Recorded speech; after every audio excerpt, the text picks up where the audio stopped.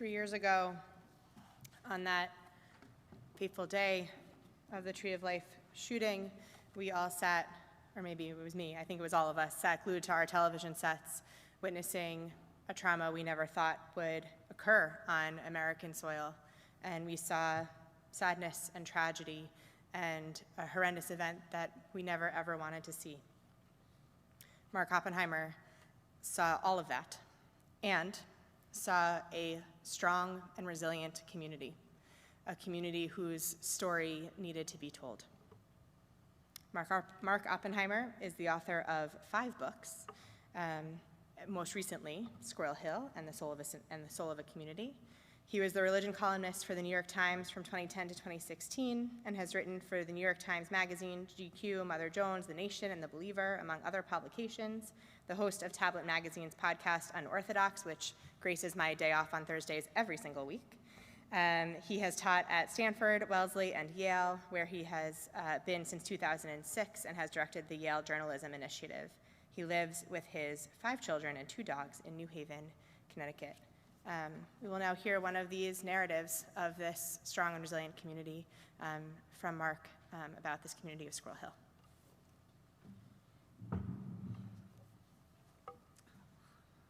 Thank you, Rabbi and Cantors, and members of Washington Hebrew Congregation. It's an honor to be back. I was here several years ago, and it's, I could probably use this as well. I'm a little taller than Rabbi, but not much, and I'm really grateful to have this. This is what it's like to be 6'3". This is great. I love it. I was invited. It's a great honor to be invited to the pulpit to stand in for the Devar Torah this evening, and I hope that you see what I'm about to read, this excerpt from my book, as words of Torah. I typically read one of 2 passages.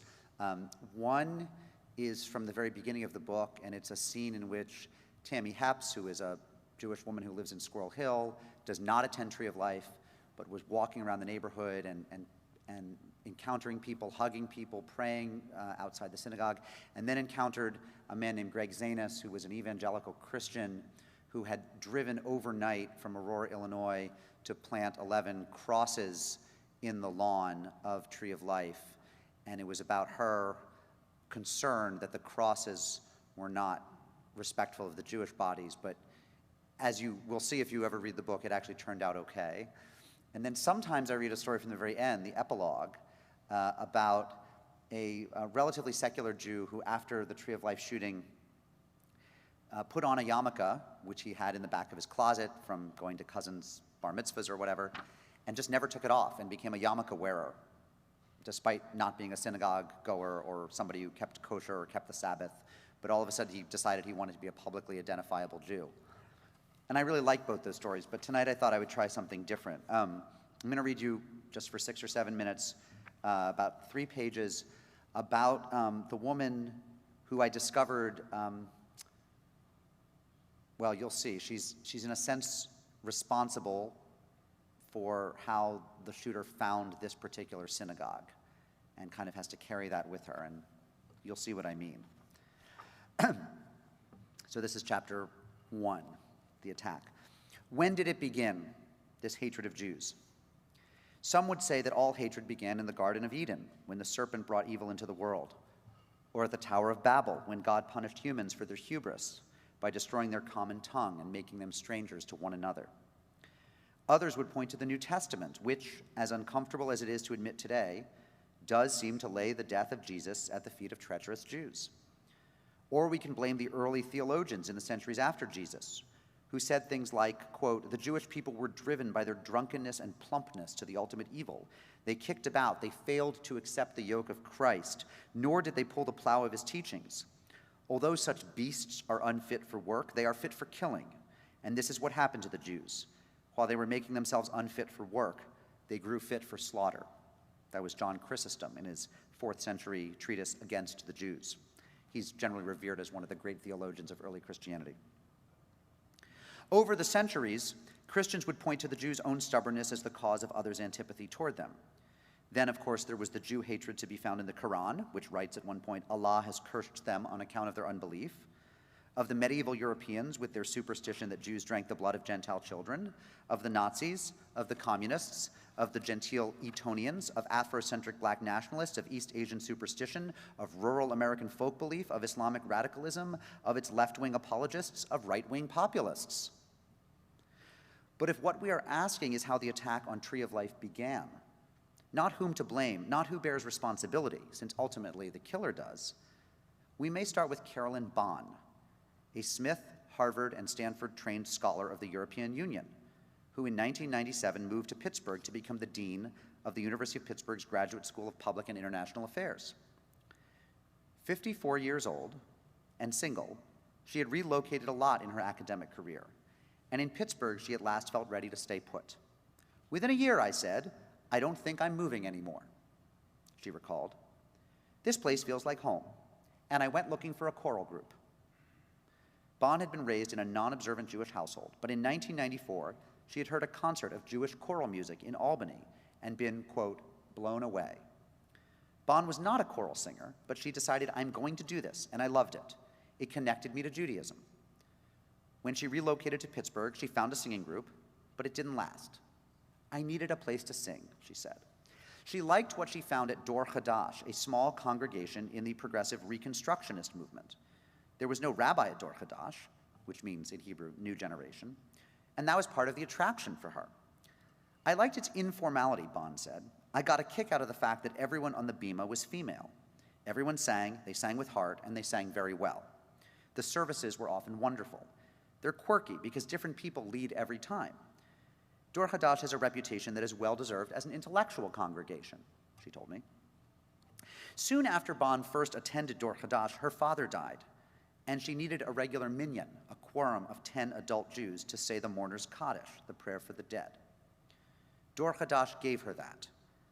In 2005, she was diagnosed with cancer, and Dor Hadash members were there for her during a month-long recovery at home. She told me, "I was not alone any single day." She kept up her involvement, and in 2017, she became the congregation's chairperson of the Social Action Committee. The committee had been, as she told me, quote, kind of moribund, and when she called a meeting to talk about what the committee should focus on, the members present chose 2 issues: criminal justice reform and immigration and refugees.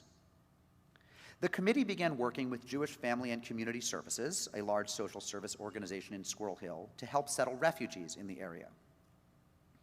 When committee members wanted to begin advocating for better government policies toward refugees, JFCS recommended that Dor Hadash ally with the Hebrew Immigrant Aid Society, HIAS, a storied organization founded in 1881 to help resettle Jews fleeing persecution in Russia and Eastern Europe. Over the years, HIAS expanded its mission to helping all refugees in the United States, most of them non-Jewish.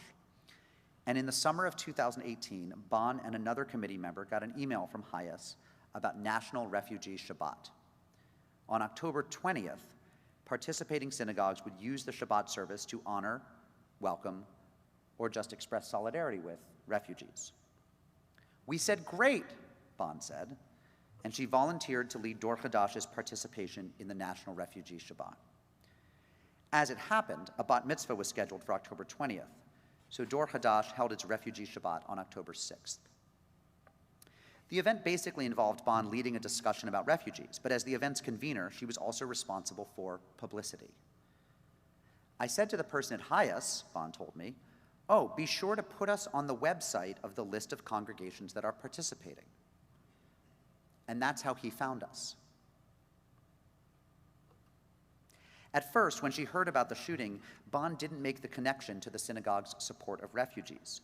She found out only in the evening, after the killings, as she sat at the Jewish Community Center with her friend Miri Rabinowitz, whose husband, Jerry, had been at the synagogue that morning. By then, Miri knew that Jerry was dead. She was waiting to find out what was happening with his body. Bahn told me, "Somebody runs over to us and says, 'Did you hear?' And she says that this person, who I will not dignify by using his name, had posted that he hated Jews because they were supporting Muslims to help bring in migrants who were going to kill white people. And I heard later that he said, 'Thank you, HIAS, for showing where your friends are.'" Bahn was right. The killer had posted on the website Gab, You like to bring in hostile invaders to dwell among us? We appreciate the list of friends you have provided. And he linked to Hyas's list of participating congregations. The congregation that caught Robert Bowers' eye was Dor Hadash, which since 2010 had rented space in the Tree of Life building. If he was looking for Jews to kill, it's not surprising that he went to Squirrel Hill, the heart of Jewish Pittsburgh. Perhaps he was also seeking some sort of symbolic vengeance for the death of his father, who had shot himself to death in 1979 while awaiting trial for the rape of a 20-year-old woman. It was alleged that Bowers' father had carjacked the woman and had her drive to Squirrel Hill, where she parked her car and he assaulted her before being caught in the act and arrested by police.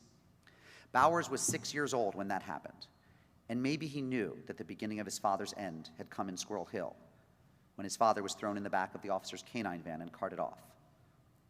Bowers now lived about 30 minutes away. Who knew what Squirrel Hill meant to him? As Bond began to understand what had transpired, she just sat there in shock, as she later told me. And as she recalled, she turned to a friend and said about the Hyas refugee Shabbat and what she had posted on the web, well, we don't wish we hadn't done it. That's what we were supposed to do. Thanks. Shabbat Shalom.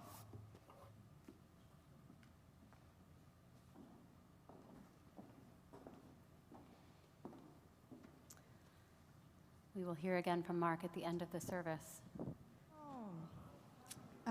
Mark, thank you so much for being here this evening. Thank you for my having me. goodness, my goodness, my goodness. It's good to be back. The book was, I thought, unbelievable, right? I think in the middle of a pandemic, I wouldn't have chosen to read a book about tragedy or Right. trauma. And suddenly it was a book about community, about resilience, about strength, about sacred space and how to ritualize sacred space, about intergenerational divides, about race. It really had a little bit of everything and somehow made me want to live in Pittsburgh. So it really was quite a feat. I very much like living here in DC and Bethesda, let me tell you. So my first question is, what inspired you to write this book? When we all looked and saw trauma and tragedy, you saw community and a place to go and a story. Well, thank Tell me you. about So first of all, Shabbat Shalom. Great to see all of you. Yes, thank you for picking up on that. It's not a book about the killer, and it's not a book about the victims either, though each of them deserves a book of their own. It's a book about neighborhood, and I felt very called to write this book about this neighborhood for a lot of reasons. I mean, the first thing I'll say is I think that what is it they say in Harry Potter? The wand chooses the wizard. I have not actually read the Harry Potter books, but my children, several of them have read them about. I feel like you should leave. 10 or 12. I know. My kids and wife have collectively read them about 50 times. So I know that's a line. The wand chooses the wizard. You know, you're sometimes called to things that there's no explanation for. And why was I interested in this topic? Because I was. But if one wants to dig a little bit deeper, it also happens to be the case that well, let me tell you the story of how I found out about the shooting. I was sitting in the front seat of my car at about 1 p.m. on October 27th, 2018, outside of Temple Emmanuel, a very big conservative congregation in Newton, Massachusetts, with my daughter, Rebecca, and we were there for the bat mitzvah of a summer camp friend of hers who was from Greater Boston, about 2 hours from where we live. And so we'd been inside the shul all morning. We didn't have our phones with us. We had not brought technology into the building. And when we got back out to the car at about 1 o'clock, we'd heard nothing. Somehow we had, surely somebody inside this bat mitzvah had their phone on, and yet word had not spread. And so as I saw these text messages when I opened up my phone, thinking I'd have a text from my wife saying, how was the bat mitzvah? And instead I had message after message saying, are you going to Pittsburgh? Do you know anyone in Pittsburgh? Did you hear about Pittsburgh? And I'm thinking, why is everyone texting me about Pittsburgh?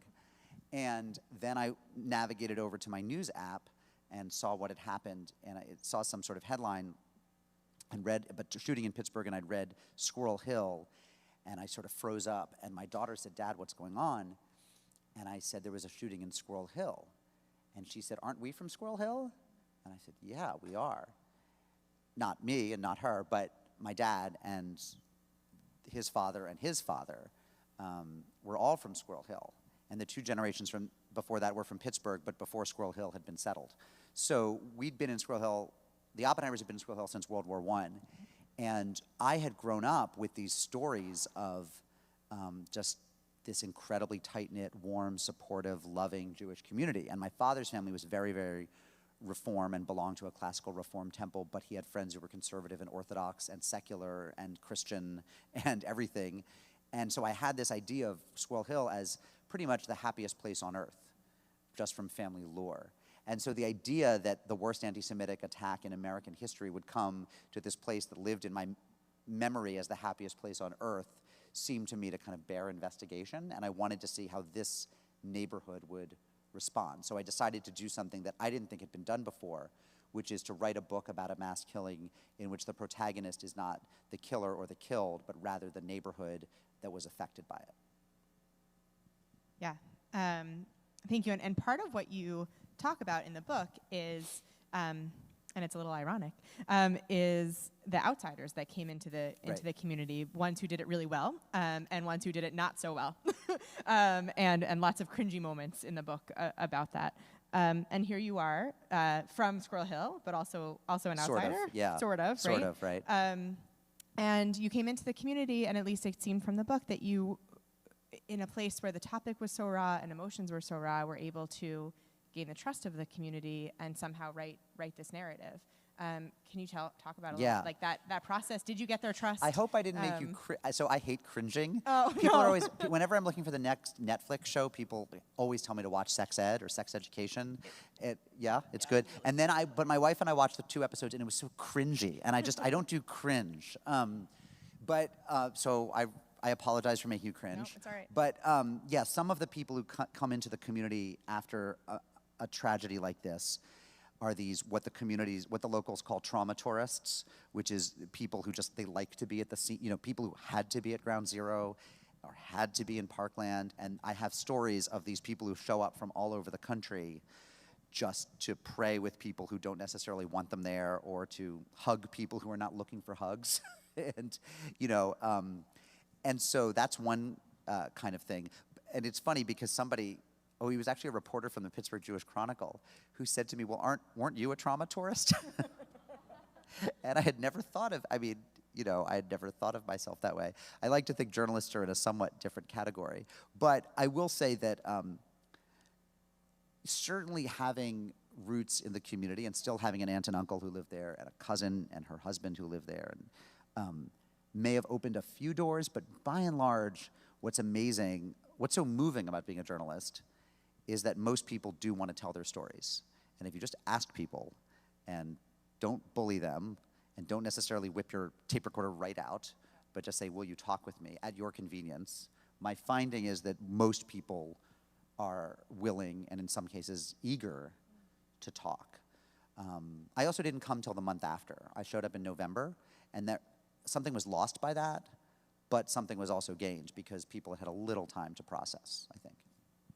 Yeah, I think there's a lot of like a meta story here about now that unfortunately we've had to deal with these tragedies again and again, not all anti-Semitic, thank God, about what is appropriate and how do we respond to them while honoring the people who are immediately affected. And to that, there was this community that was immediately affected, and this shook the Jewish community to its core. The greatest anti-Semitic attack on our country. I am someone who grew up in Scarsdale, New York. I mean, everyone was Jewish. I didn't know anti-Semitism was still around. And it shook me. It shook me to feel a little more unsafe and also shook, and also in positive ways too. Can you talk a little bit about the aftermath, the ripple effects that happened in Pittsburgh? And also, you're within the Jewish community at large, and in the Jewish community at large. Well, this is ultimately a very hopeful book. It's the word I've settled on is it's a cheering book. I find myself cheered when I talk about it because what you discover in the aftermath of all sorts of horrible events, including hurricanes and natural disasters, is that people are often at their best. And a lot of walls come down, and people are happy to help people who are not necessarily like them.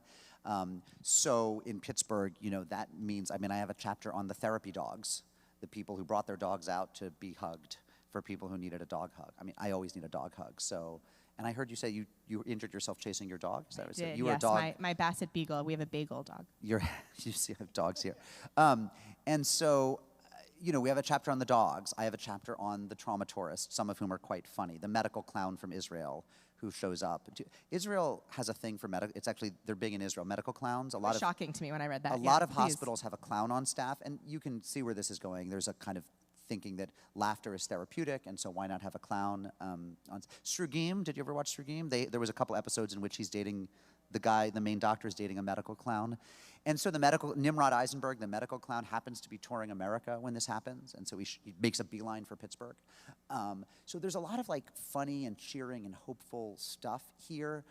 There are also rabbis who came from around the country quietly, didn't ask for credit, didn't ask for money, but came to help fill in or support the rabbis who were inside the building and got out alive. There were 3 congregations in the Tree of Life building, the main congregation, Tree of Life, and then Dor Chadash and New Light.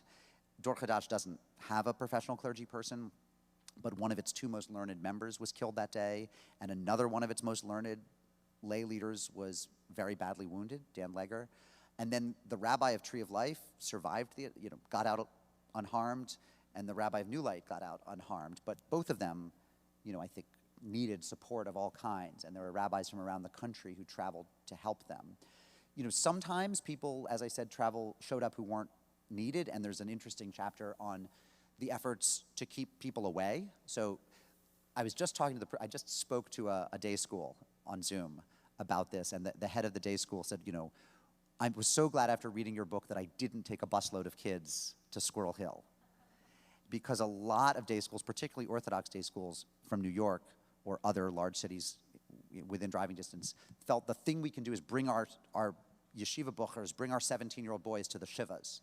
And the last thing you want if you've just lost a loved one to murder is 50 people whom you don't know who are awkwardly...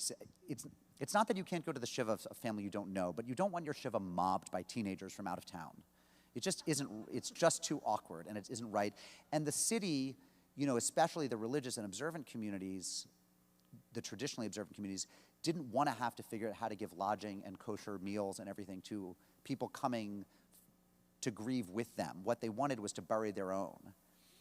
So what I said to this principal, who said to me, what should we have done? What do you think we should do? And I said, well, I'm not a rabbi, and I'm always very hesitant to give kind of pastoral advice. But I just kind of standing on one foot said, well, for Tree of Life, 7 of their most committed members were murdered. And for New Light, 3 of their most committed members. And for Dor Chadash, these are congregations that lost bodies. Why don't you offer to come down one weekend and help them make a minyan? Or read Torah for them, because they lost their Torah readers were shot dead. So why don't you take some of your best students who can read Torah and just go and say, can we read Torah for you? Rather than showing up the week of and saying, can we just be and wallow in your grief with you, figure out what they need 2 and 3 years later and just go do it. Sorry, I went way afield from your question. No, absolutely, absolutely. I always think the person who shows up after Shloshim is over after a death, that's your mensch right there. Right. Absolutely. Yeah. Absolutely. I have a few more questions just to give everyone warning, but we will open it up. So if you have a question formulating, this is your cue that you should have questions formulating if you want them.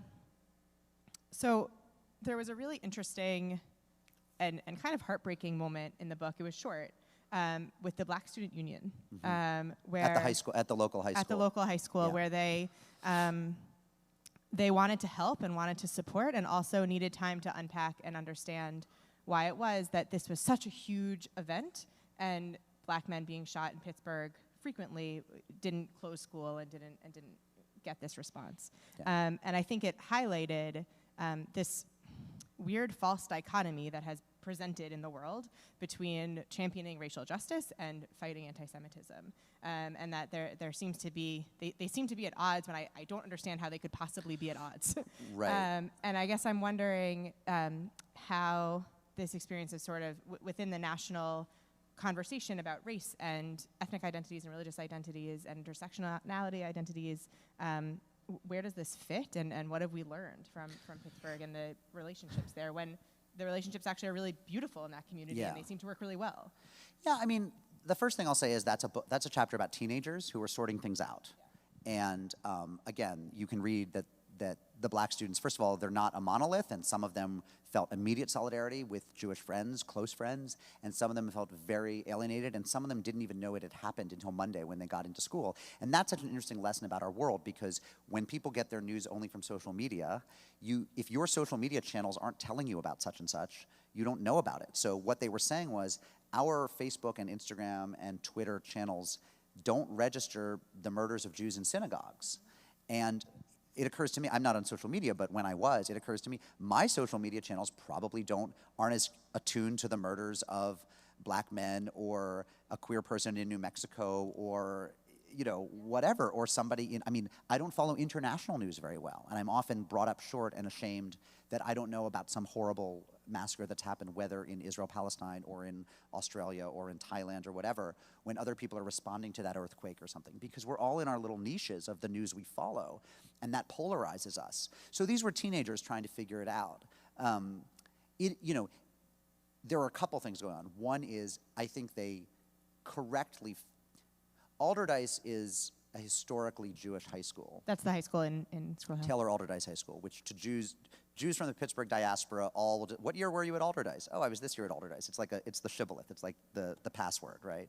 And it's probably 20% Jewish now, maybe less, but it used to be like much more Jewish. And it's been Jewish for generations. And so there's still a core of Jewish students, and a lot of them are in the advanced classes and kind of are seen as school leaders. It's very diverse, and then I don't know if it's a quarter or a third black and a quarter or a third other, but it's a melting pot. And so, part of what's happening is they're trying to sort out, does Alderdice as a community still respond to Jewish tragedy as if this is the Jewish high school, when in fact it's not really the Jewish high school anymore? Part of it is, does the world respond more to a mass killing of 11 people than it does to the slow drip of deaths that, for example, in Chicago are like daily? I mean, Pittsburgh's had its tragedies, but Chicago, where my sister lives, is like a black man every day, and sometimes more than one a day. And so there is this kind of cruelty that's not race specific, but that our sympathies kick in when more than 4 or 5 people die at once. Like 3 is nothing, doesn't make the national news, but 7, right? So it's there are no easy answers there, but I think that like the community handled it and talked about it in really good ways. Yeah, that was one of the things I was, one of the reasons why it made me want to move to Pittsburgh was because, I won't, again, I promise, was how connected the community was and pluralistic the community was, that everyone seemed to have their identity, particularly the Jewish community. Everyone seemed to have their identity and yet really respected those in the community who were different from them, and seemed to celebrate each other. I mean, a lot of it is like geographical proximity. You know, it's a small neighborhood, it's walkable, it's bonds of trust, it's people who know each other in person as well as online. And that's just harder to do when you're in larger cities or more spread out cities, or, you know, these are people who, you know, there are a lot of multi-generational Pittsburghers. So they had a lot of things going for them that built social capital. When I was writing down, and this could be my last question, so I'll turn it over after this question. When I was writing down the names for Kaddish, when I was writing down the names of the victims, I realized that from your book, they weren't just a name anymore. I had little stories about each of them, like the Rosenthal boys and things like that. And you know, we're commanded so often in Judaism to remember, right? To remember Shabbat, but also to remember Amalek, to remember our enemies, which often turns into remembering our tragedies, remembering the Holocaust. And memory for us is really active, or it's supposed to be active, right? It's not a passive thing we do. We actively remember. And yet, it's so easy for us to, 3 years later, 5 years later, 10 years later, say 11 people, or say 6 million, or say, right, for it to sort of be chalked up to a number, or to get our rituals kind of down and set. And so this is still a little bit fresh, and I'm wondering, I think maybe a larger question about Jewish memory and Jewish ritual, and what does October 27th look like in the Jewish community from here on, or in your ideal world, what would it look like? You know, I'm very torn about that because, this was a terrible, terrible event. As I said, it was the worst anti-Semitic attack in American history. On the other hand, this is still a remarkably safe country in historical perspective in which to be Jewish.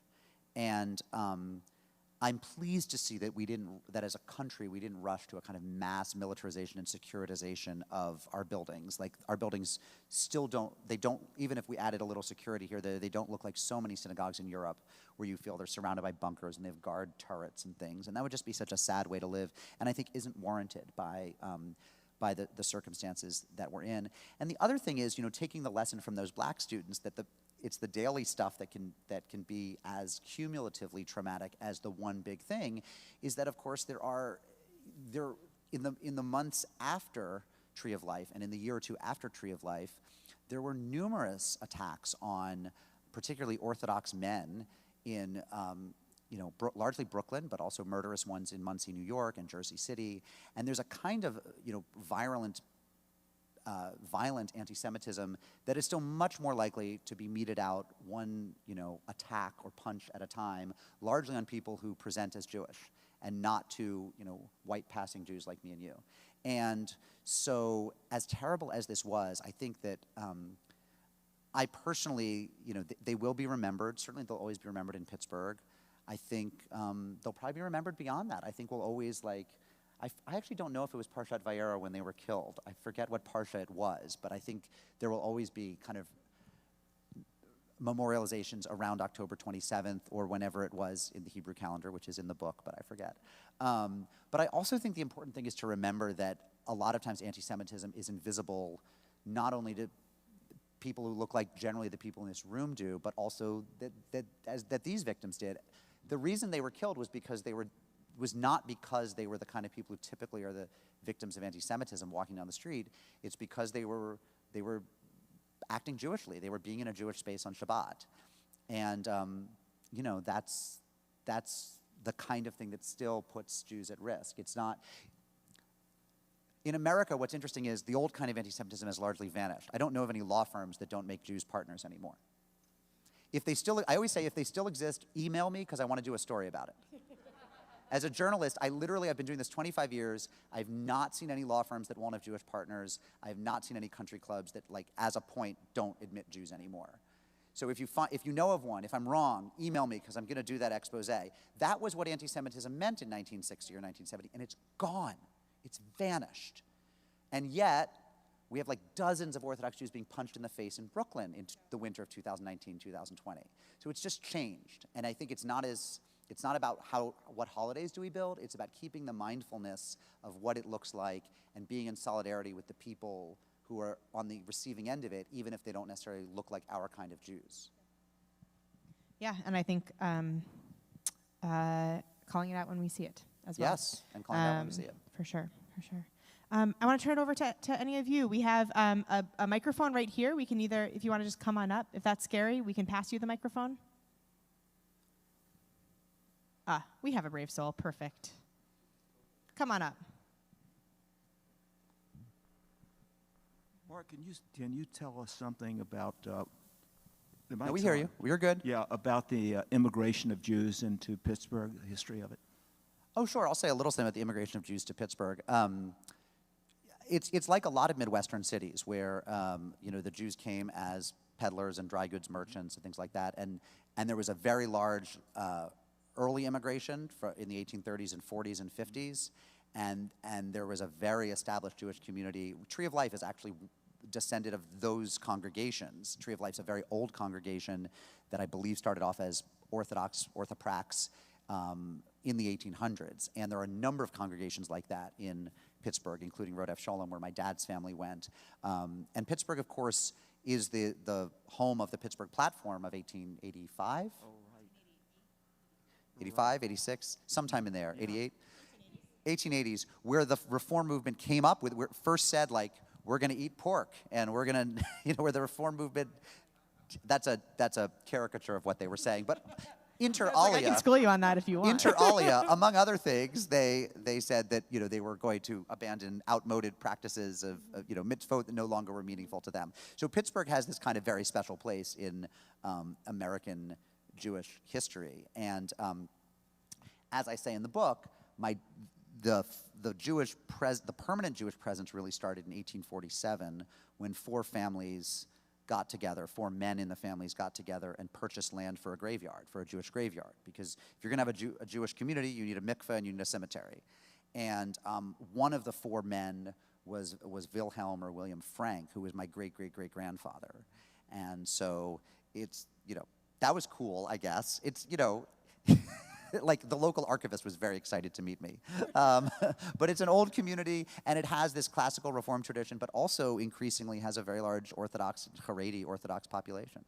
So, and that was all focused in Squirrel Hill from the very beginning. Squirrel Hill was was settled as a sort of eastern suburb, or it's not a suburb, it's within the city limits, but as an eastern outer urb around World War I. And before that, the Jews lived in the Hill District, which then became largely black. They lived in Allegheny City. They lived in other neighborhoods. They arrived in Squirrel Hill when it was built up by Gentile developers in the 1910s. Oh, And it's been about a third Jewish ever since. Thank you. Thank you.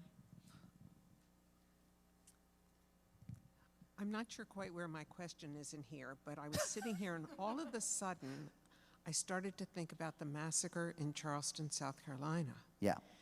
The small study group.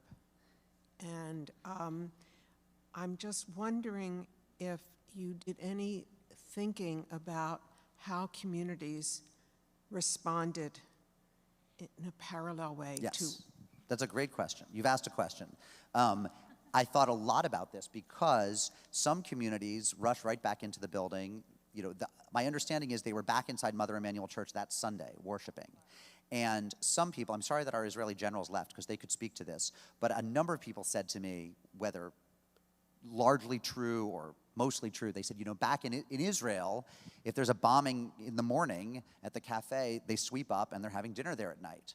Tree of Life still is not in use. Right. It had yellow tape around it for a long time. It was a crime scene. It still has fences around it. They are slowly talking about what they're going to do with it. They've just hired an architect. The master planner supposedly is Daniel Liebeskind, who was the master planner of Ground Zero and has done some Jewish sites around the world, Holocaust museums. But they are at least 3 years out, which means 6 years from the shooting before they're back in the building. And that so it's kind of a gaping sore at the heart of Squirrel Hill. And there's a lot of criticism about that because there are two schools of thought. One school of thought is the place has been desecrated. We can't use it again until it's been either demolished and rebuilt or completely refurbished or somehow changed. We can't go back into that room with the bullet holes in the plaster and the blood on the floor. But the other school of thought is if we don't go right back in, the terrorists win. And that's a valid school of thought too. So they were caught betwixt and between, and they just were sort of paralyzed. And nothing's been done with the building since. And that is not what happened at Mother Emanuel. If you look at what happened at Columbine or Sandy Hook or Parkland, they've all made different compromises around. Americans are we tend to think that, I see it as very Christian, we think that buildings can sort of obtain original sin, And I don't think that's a Jewish way of thinking at all. I mean, I just don't. But I think it's a very sort of puritanical sense that the building has been besmirched and now it's haunted. And now we can't go back in there because we will be tainted with the sin of it. And I just think you couldn't think that way in the shtetl. If the Tsar's troops came in and beat you up in your cobbler shop, you still have to go back into the cobbler shop and make some shekels. I guess you can see which side I come down on. But this is a very live and interesting controversy about what you do once a building has been the site of a killing. It's so interesting. I don't think I disagree with you, but I wonder if there's a difference between, if there's something about sacred space, though, and having that, I'm thinking even of the temple, the temple. The temple, right? And they went in and re-sanctified it, right? And rededicated it. But ended up shifting it a bit. And so I don't know, I was thinking a lot about sacred space and how do we keep it sacred when something so horrible has happened there. And that becomes part of the sacredness, I think, as well. But difficult, for sure. I mean, again, I don't pretend to know what I would do in this situation. But one thought I've had is they would have solved it if they'd gone right back in. I mean, they couldn't because it was a crime scene. But if as soon as the tape came down, they were like, and now we're having minyan. Shachrit tomorrow. Then it's solved. Then it's we're back in. But when you don't go back in for a while, then it becomes a thing. Like, when are we going to go back in? You know, and they still haven't. Noting your own ties and connection to the community, how did your perception of the neighborhood, its values, its character, what was affirmed after your reporting and what maybe was challenged? I knew very little about Squirrel Hill. We went there the grandparents I had who lived there, had moved to warmer climes when I was 7 or 8. They went to Hilton Head, South Carolina, so my step-grandfather could golf. And, I still have relatives there, I'm from Springfield, Massachusetts. I'm one of 4 kids. It was too expensive to fly, and it was too far to drive. So we went to Philly a lot, because that was drivable, and it's where my mother's family was from. So I didn't have a lot of preconceptions, except this kind of hallowed family lore that it was perfect. And of course, no place is perfect. I will say this, people are extremely good, and this might be a Midwestern thing, but it might also be like a purple state Pennsylvania thing. They're extremely good at staying civil and decent to each other across political lines and across religious lines. There are a lot of intermarriages within Judaism, like a conservative Jew married to a Reform Jew, someone who goes to the Orthodox, like goes to Chabad, but the spouse goes to Reform wherever, or just does Pilates on Saturday. Trump voters married to Biden voters. And just the decency, there is something Midwestern about it. And Pittsburgh will deny it's part of the Midwest, but it really is. It's much closer to Ohio than it is to Philly. It's also Appalachia. It's like, people have their hunting lodges in West Virginia. They're minutes from West Virginia. So they have to learn how to get by and with people who disagree. And there's also this kind of niceness, this profound decency that is not what I was raised with in New York and New England. But it serves them really, really well. And it's kind of, nobody ever changed anyone's mind by screaming at them. Like, that's just true. And I feel like so many of my friends, I'm on the political left more or less, and I feel like so many friends on the left feel like it's a point of honor to scream at the people they disagree with. Like, if you don't call them out every time they say something you disagree with, you're suborning whatever they say. It's like, well, I don't know, have you ever changed anyone's mind that way? Has life ever gotten better because you picked that fight? You're also smarter the louder you talk. So, right, the louder you talk, or the faster. In my case, it's the faster I talk. And I just feel like in Pittsburgh, what I saw so many times is people biting their tongue when someone was there whom they disagreed with, because they had other things in common, because they worked together in the Chevra Kadisha, in the burial society, because they brought challahs to people in the hospital on Friday night, because they had found common work together. And that just, I don't know, there's something to learn from that. We'll take these 2 more questions and then Yeah, sorry, Mark, we're in Eastern City, sorry. But my question is, my impression was, in the immediate aftermath. You have to stick up for, he's a Pittsburgher, you're so sorry. Not Midwest, you deny it? Deny it, Deny it, totally okay. deny. But in the immediate aftermath of the shooting, my understanding was there was a lot of solidarity from the Islamic community in Pittsburgh. And having just finished the book, I noted that really didn't figure. And I'm wondering if that was just because you didn't think it was important, or because leaders from the Islamic community were not kind of interested in explaining their motivation. But now looking back, how do you look at the kind of Muslim aspect of the solidarity that was shown after the shooting? Right, that's a great question. I should say that I think that in the immediate aftermath, there was Muslim solidarity, there was Roman Catholic solidarity, there was Presbyterian solidarity, there was Black Baptist solidarity, and almost all of them are pretty absent from my book. It's not as if I went into great detail about, various forms of Christian or Hindu solidarity. They peek in the corners sometimes, but largely what I'm looking at is people in Squirrel Hill, many of whom are Gentiles, right? So there are a lot of Gentiles in the book. But if, for example, I also didn't talk about the fellowship work that New Light Synagogue did with Mother Emanuel in Charleston, right? There ended up being extraordinary work done between victims, of that church shooting in, I think it was 2015, where 9 Black Christians were killed, and this one where 11 Jews are killed, both in sort of medium-sized cities with old Jewish populations and old Black populations. There's so much they had in common, and there was that they were doing Bible, and then that New Light also had a Bible study with a Black church. There's so many stories I didn't tell. Why the Muslim piece dropped out? I mean, first of all, when it comes to the other communities and their solidarity, we're talking about a phenomenon of a few days or a week, which is well-meaning, don't get me wrong, and it's probably the exact same amount of solidarity that I, as a Jew, have shown when I've been close to, you know, the killing of a black person in New Haven whom I had some connection to, or the fentanyl overdose of someone I was, like, as human beings, we often dip in for 3 days or 5 days, and we go to the service, and maybe we then do one act of chesed afterwards, and then we go back to our lives. And that is totally human, and I don't want to stigmatize that. But it's not as if 4 months later, there was like some regular intercourse with the Catholic community or the Muslim community. We're talking about 1 or 2 week phenomena, which is, I would almost say, as it should be. Now, in terms of the Muslim community, time and again, people said you have to speak to Wasi Muhammad, who is a local Muslim leader, who was very articulate and spoke very articulate about this particular connection, the Jewish-Muslim connection, and who spoke at certain public events, and I just never got around to talking to him. It's like purely reporter fail, which is, I talked about 250 people of many faiths, and Wasi Muhammad wasn't one of them. I did talk to some Muslims who told interesting stories that didn't make it into the book.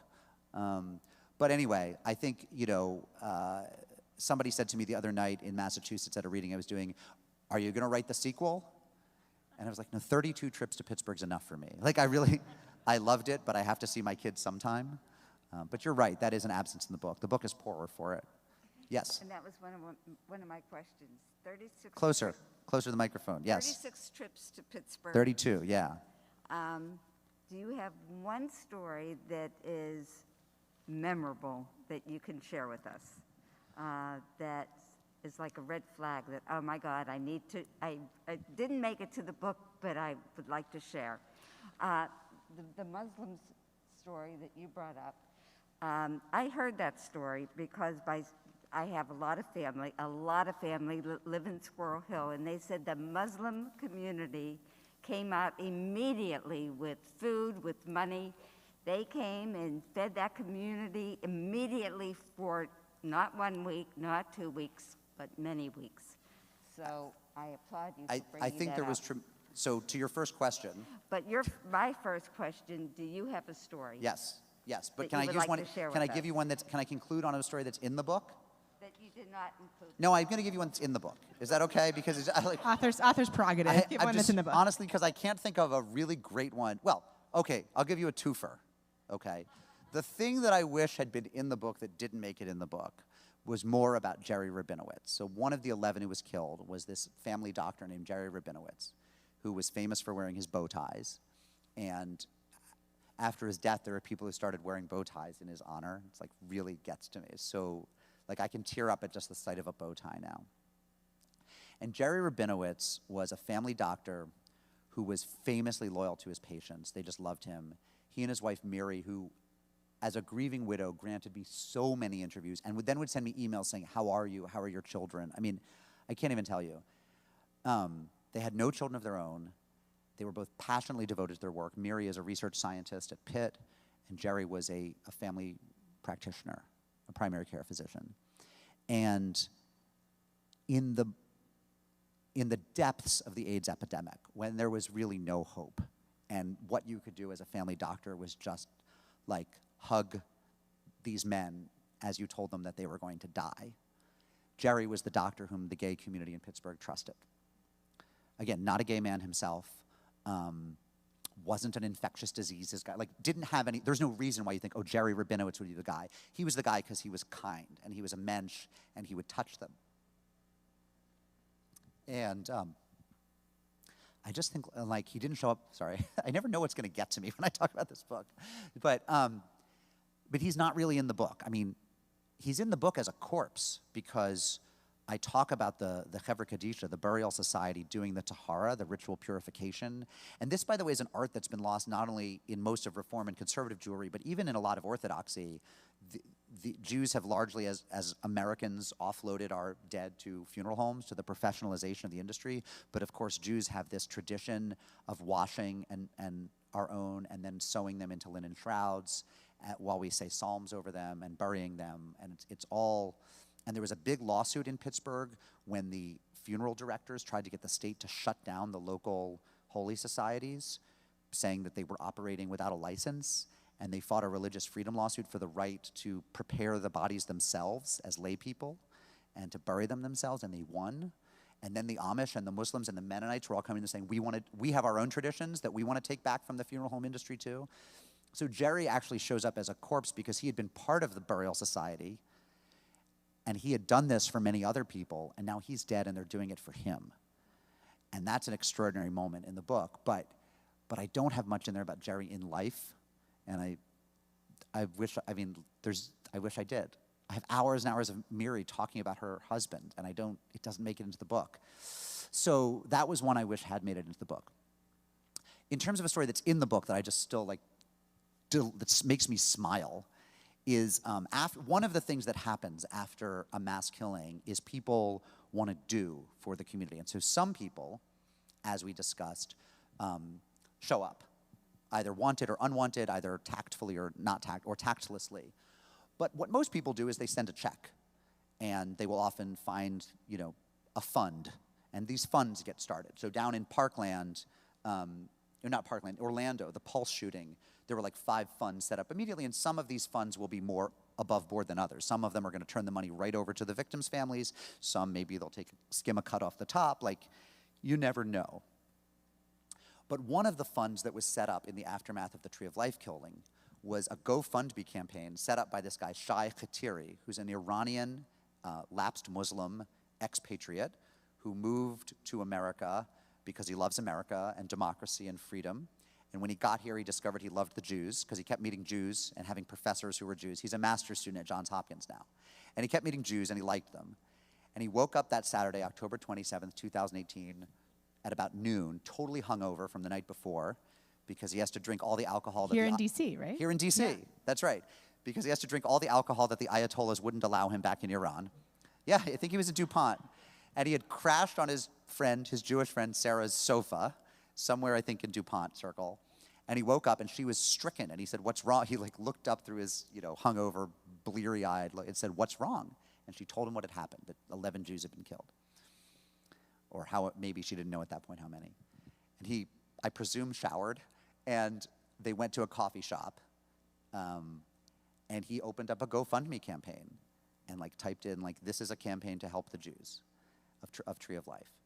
And within a few hours, Jake Tapper from CNN had retweeted his GoFundMe, and then somebody else, what's that? Crazy. Yeah, and within a day it had raised $50,000, then $200,000. Then he got a call from GoFundMe saying, "Are you for real? Who are you?"